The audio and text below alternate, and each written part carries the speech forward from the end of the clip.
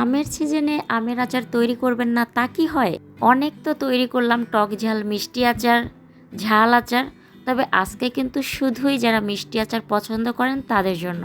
তবে আমি বলতে পারি এই মিষ্টি আচারটা যে এতটা লোভনীয় হবে, একবার তৈরি করে কেউ খাওয়ার পরে সারা বছর তৈরি করে রেখে দেবেন খাওয়ার জন্য। কোনো রকম টেনশন ছাড়াই কিন্তু সারা বছর সংরক্ষণ করে রেখে দিতে পারবেন।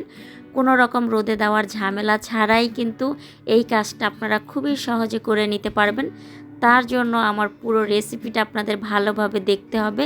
চলেন তাহলে রেসিপিটা শুরু করা যাক।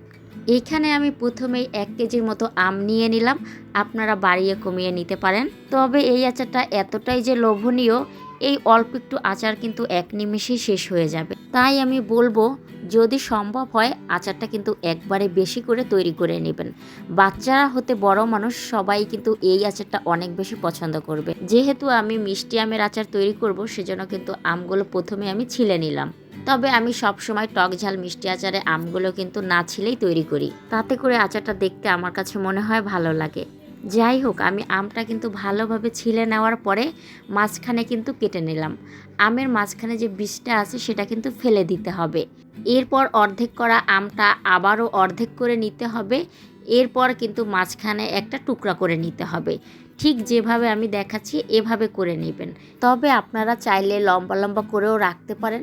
তবে আমি মনে করি এইভাবে আমের আচারের টুকরা করলে আমের আচারটা দেখতে ভালো লাগবে। এভাবে করে প্রত্যেকটা আম ছিলে এরকম করে কিন্তু আমি কেটে নিলাম। সব আমগুলো এভাবে আমি কেটে নেওয়ার পরে আমগুলো কিন্তু ভালোভাবে ধুয়ে নিতে হবে। আর চাইলে আপনারা আমগুলো কাটার আগেই কিন্তু ভালোভাবে পরিষ্কার করে ধুয়ে নিতে পারেন। যেহেতু আজকে আমি কাটার আগে ধুয়ে নেই, সেজন্য আমগুলো কাটার পরে ভালোভাবে কিন্তু ধুয়ে নিলাম। এরপর কিন্তু একটা ঝাঁপির মধ্যে আমি রেখে দিলাম, যেন আম থেকে পানিটা একদম ঝরে যায়। এরপর শুধু 1 চামচ হলুদ কিন্তু দিয়ে মাখিয়ে রাখতে হবে। 2 ঘন্টার জন্য মাখিয়ে রেখে দেবেন ফ্যানের নিচে, অথবা আপনারা চাইলে কিন্তু 2 ঘন্টার জন্য রোদেও দিতে পারেন। তবে অনেকে রোদে দেওয়া ঝামেলা মনে করেন, তারা 2 ঘন্টা ফ্যানের নিচে রেখে দেবেন। আমি কিন্তু 2 ঘন্টা ফ্যানের নিচে রেখে দেওয়ার পরে কিন্তু আচার তৈরি করতে চলে আসলাম। চুলায় এখানে আমি 2 কাপ দিয়ে দিলাম কিন্তু সরিষার তেল, 1 চামচ দিয়ে দিলাম কাঁচা জিরা, 1 চামচ দিয়ে দিলাম কালো জিরা, 3 টুকরো দিয়ে দিলাম দারুচিনি, 3 টুকরো দিয়ে দিলাম তেজপাতা। এখন একটু 1 মিনিট নেড়ে চেড়ে নিলাম। এরপর কিন্তু আমগুলো আমি দিয়ে রাখলাম, যে আমগুলো 2 ঘন্টা আগে কেটে আমি ফ্যানের নিচে রেখে দিয়েছিলাম। পানিগুলো কিন্তু একদম টেনে গিয়েছে। এখন আমটা কিন্তু ভালোভাবে নেড়ে চেড়ে তেলের সাথে মিশিয়ে নিতে হবে। 2-3 মিনিট একটু ভালোভাবে নেড়ে চেড়ে মিশিয়ে নেওয়ার পরে এখানে কিন্তু চিনি দিয়ে দিতে হবে। এইখানে আমি 1 কাপ চিনি দিয়ে দিলাম। যেহেতু আমার আমটা কিন্তু বেশি টক ছিল না, মিষ্টি মিষ্টি ছিল, অনেক কাঁচা আম কিন্তু একটু মিষ্টি মিষ্টি থাকে, সেজন্য কিন্তু এখানে আমি 1 কাপ চিনি দিয়ে দিয়েছিলাম। আর আপনাদের আমটা যদি একটু টক থাকে তাহলে কিন্তু চিনির পরিমাণটা একটু বাড়িয়ে দেবেন।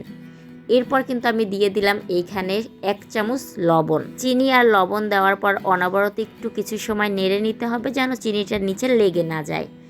এরপরে কিন্তু 1 চামচ দিয়ে দিলাম এখানে আমি লাল মরিচের গুঁড়ো। এই 1 চামচ লাল মরিচের গুঁড়োয় কিন্তু ঝাল হবে না, কালারটা একটু সুন্দর আসবে সেজন্য। এরপর কিন্তু অবশ্যই সরিষা বাটা দিয়ে দিতে হবে।